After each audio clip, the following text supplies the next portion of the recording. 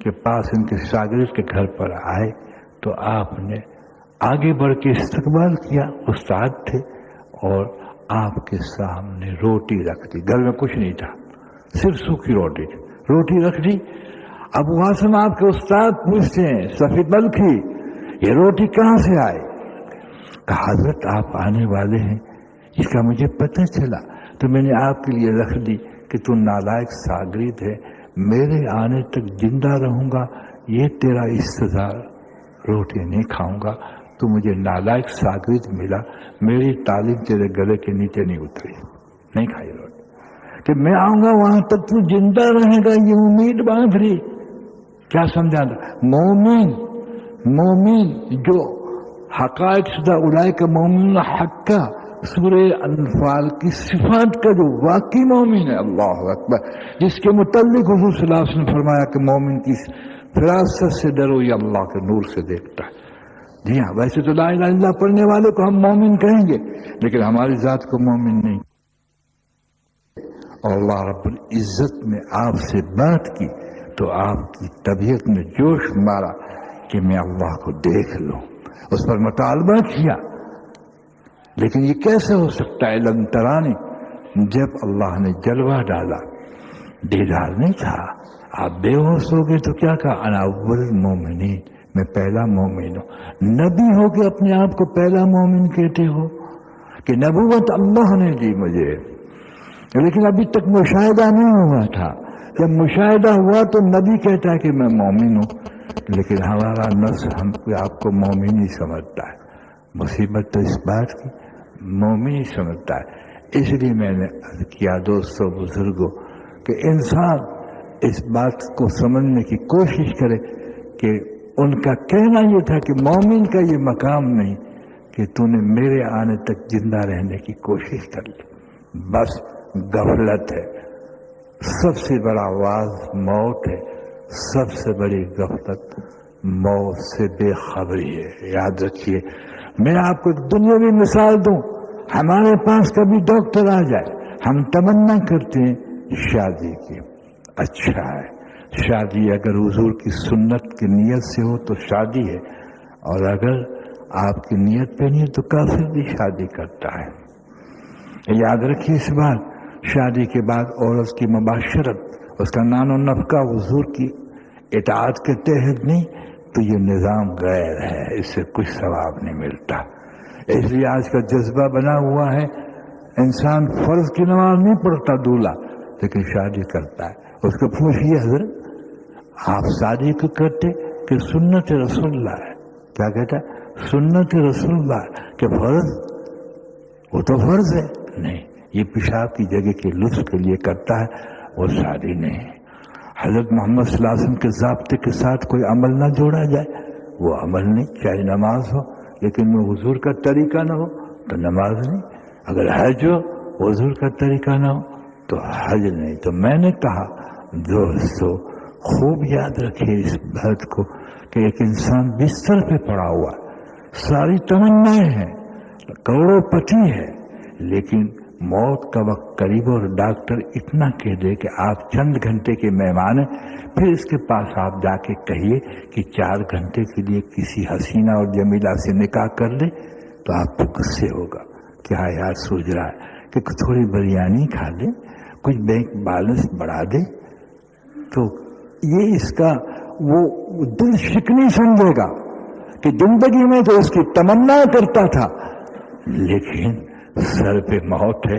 Doctor साहब ने कहा 4 घंटे के मेहमान हो, सब भूल गया।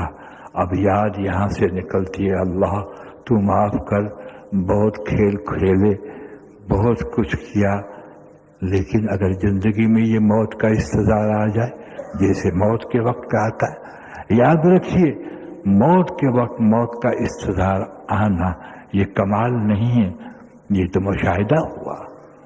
यानी तासुर का एक मुशाहिदा दिल को होता है, फिर सकरात के मुशाहिदा होता है, ये जो नजर आता है वो गैब हो जाता है और आखिरत सामने आ जाती है। फरिश्ते कहते हैं देख ले ये आखिरत है। उस वक्त आवाज आती है, सुनो, उस वक्त उसको खबर दी जाती है آواز بعد میں آتی ہے، خبر دی جاتی ہے 500 فرشتے آتے. جس نے اپنی زندگی کو بنایا ہے یعنی موت کو سنوارا ہے 500 فرشتے آتے. تقریر کا مسئلہ نہیں، یہ تاثر کا مسئلہ ہے. تقریر دنیا میں بہت ہوئی دوست، دل کا تاثر اصل چیز ہے. دل کا تاثر اصل چیز ہے. موت کا تاثر پیدا کر لے. چنانچہ 500 فرشتے آتے، ہر فرشتہ نئی خوشخبری سناتا ہے جنت کی. جی جس نے اپنی موت بنا لی ہے، اللہ کو راضی کر لیا، روح ایسے تڑپتی جیسے قفس میں یعنی پنجرے سے باہر نکلنے کے لیے پرندہ تڑپتا ہے اور وہ نکالی جاتی ہے. آپ کو کیسے نکالی جاتی ہے؟ لوگ کہتے ہیں مکھن میں سے جیسے بال نکالا جاتا ہے، غلط بات ہے. آپ مکھن میں سے بال نکالیے تو اس پہ ایک لائن پڑ جائے گی. آٹے میں سے باہر نکال لیجیے، وہ اس سے آسان. اور جیسے روح نکلی تو ملائکہ کہتے آسمان کی مبارک ہو، تیرا آنا مبارک ہو، تیری خوشبوئیں ہمیں معطر کر دیتی ہے. ہمیں پتا تھا جب تو آئے گا تو ہم معطر ہو جائیں گے. حکم ہوگا دروازے اس کے کھول دو. آسمان کے دروازوں کو کھول دیا جاتا ہے. اور برعکس جس نے اپنی موت کو سنوارا نہیں، زندگی کو ہی سنوارا، مکان، مال، کپڑے، فلاں جائز کے دائرے میں ممانعت نہیں تھی. لیکن دوست جائز اگر حد سے باہر چلا جاتا ہے تو خواہشات بن جاتی ہے. یاد رکھنا اس بات کو. جائز کو تو جائز سمجھتا، اس کی شرع کو کیا سمجھا؟ شریعت مطہرہ کی سمجھ اللہ سے مانگ. جیسے ترمذی شریف اور بخاری شریف کی حدیث ہے، اللہ جس کے ساتھ بھلائی کرتے اس کو بنگلے دیتے، کوٹھی دیتے، اس کو دین کی سمجھ دیتے. اور جس کو بھلائی مل گئی وہ بڑا خوش قسمت ہے. وہ شریعت مطہرہ کو سمجھتا ہے الحمدللہ، اس لیے وہ اپنی زندگیوں کو سمیٹتا ہے.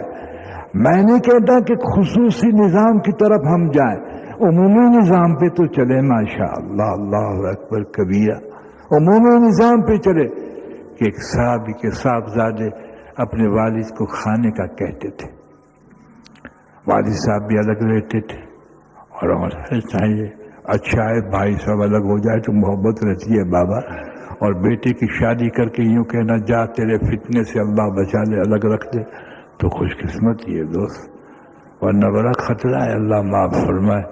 چنانچہ جب کھانے کا کہا تو کھانے پہ جب بیٹھے دسترخوان پر تو کہا بیٹے یہ کھانا کس چیز سے پکایا تھا؟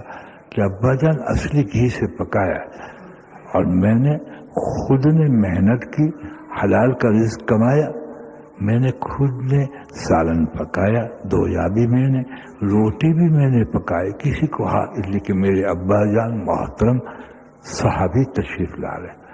کہا میں یہ کھانا نہیں کھاؤں گا. کہ حضرت میں نے سارا بیان کر دیا، کوئی کمی ہو تو کہو تو میں اس کو پورا کر دوں. کہ جب تو نے گھی سے پکایا تو گھی بھی ایک سالن کی مثال ہے، روٹی پہ رکھ لیتا ہم کھا لیتے. اٹھ گئے، کھایا نہیں. آپ فتوا دیجیے اس صحابی پر. نہیں فتوا کیوں؟ آپ اگر گھی سے کھا لیتے جائز ہے، لیکن آپ کا فتوا عمومی آتا ہے. وہ خصوصی مقام تھے اس لیے کہ اس کے سامنے خواہشات کھل چکی تھی کہ جائز سے آدمی آگے بڑے ناجائز پہ پڑ جاتا ہے، جائز سے بڑھ کر ناجائز پہ پڑ جاتا ہے، چاہے اہل علم کیوں نہ ہو. اس دنیا کی اندر تجسس نہ کیجیے، سنا بھی ہوگا. اس لیے تو سیدنا عبد القادر جیلانی فرماتے ہیں اہل علم سرمایہ دار کی صحبت نہیں کرنا، کہیں کا نہیں رہے گا. کل آج تجھے بریانی کھلائے گا، کل تجھے جردہ کھلائے گا، گھر پہ جب دال ہوگی تو منہ چڑھ جائے گا، اور دال پہ منہ چڑھا اور نا شکریہ یاد رکھ خدا کی. اس لیے کہ سبب کا معیار نہیں ہے، عطا کا معیار ہے. دال اللہ نے دی اور گوشت بھی اللہ نے دیا، عطا کی بے حرمتی نہ ہو. لیکن بات سمجھیے اس بات کو. اس لیے حضرت محمد صلی اللہ علیہ وسلم نے زندگی کو موت میں لپیٹ لیا ہے، موت میں لپیٹ لیا ہے. اور لوگ یوں سمجھتے ہیں کہ ہم شہادت پائیں. जिसको पूछो उसको शौक होता है, होना चाहिए। वो जद्दीद अल-फिसानी रहमतुल्लाह अलैह फरमाते हैं कि जिसको अल्लाह की राह में जान देने का शौक नहीं, उसमें निफाक मौजूद है। लेकिन माफ कीजिएगा, शहादत तो तू जिहाद से करेगा। और हुजूर फरमाते जिहाद मेरी उम्मत की फकीरी है। लेकिन खूब याद रख, जिहाद अकबर नफ्स की ख्वाहिशात के सामने जिहाद है। जी हाँ, जो शहीद, हदीस में आता है कि शहीद होकर जहन्नम में गए, हदीस में आता है कि शहीद को बुलाया जाएगा कि तुम क्या करके आ गए? अल्लाह, मैं तेरे नाम पे जान दे के आया। कहा गलत, तूने जान दी मगर शोहरत के लिए कि लोग मुझे बहादुर कहे। एक सखी को बुलाया जाएगा कि मैंने फलां चीज बनवाई, फलां चीज बनवाई, कि ठीक है मगर गलत, तूने शोहरत के लिए कि लोग मुझे सखी कहे। हदीस की बात बयान कर रहा हूं। और तीसरा, आलिम को बुलाया जाएगा, तो मैंने बड़ी बड़ी तकरीरें की कि ताकि लोग अल्लामा कहे और जिंदाबाद कहे हुए हाथ चूमे, बड़े हैं इसलिए तीनों नाकाम हो गए। सुनिए मेरी बात, क्यों? कि इन्होंने हुजूर सल्लल्लाहु अलैहि वसल्लम की हदीस को न समझा। हुजूर ने फरमाया बेहतरीन जिहाद नफ्स के सामने जिहाद। अगर ये शहीद नफ्स के सामने जिहाद करता तो रियाकारी पे न जाता। इसलिए कि इंसान नफ्स के साथ जिहाद न हो तो नफ्स जब उरूज पे होता है और कल्ब रूह पे गालिब होता है तो ये मखलूक से इज्जत चाहता है, मखलूक की शोहरत चाहता है, मखलूक की वाहवाह चाहता है। और इसलिए चाहता है कि इंसान का यकीन बनता है, मखलूक में इज्जत देता है। जैसे आज इंसान माल में इज्जत देखता है, मखलूक में राहत देखता है, और सब कुछ अल्लाह में देखना ये ला इलाहा इल्लल्लाह है, ला इलाहा इल्लल्लाह। और इसका हिजाब शैतान है, और इसका मुसीर शैतान है, इसका हिजाब नफ्स है। इसलिए कहा कि बेहतरीन, जब माशाल्लाह तबूक से हुजूर सल्लल्लाहु अलैहि वसल्लम वापिस हुए हैं तो यही फरमाया था कि जिहाद असगर से हम जिहाद अकबर की तरफ जा रहे हैं।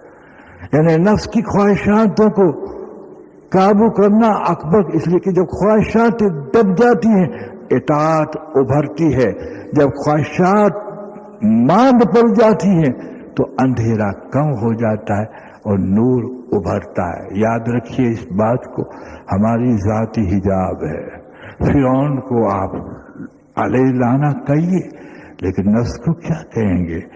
जिया इसने कहा ना रब्बुकुम अल-आला, मैं सबसे अल्लाह हूं। क्या हम में ये खुद ही नहीं है कि लोग हमारी तारीफ करें? क्या हम में ये खुद ही नहीं कि अपने आप को हम बड़े समझे? जी, अल्लाह बड़ा और हम भी बड़े, ये हमसरी ये बंदगी नहीं है, ये सजदे कबूल नहीं हुआ करते।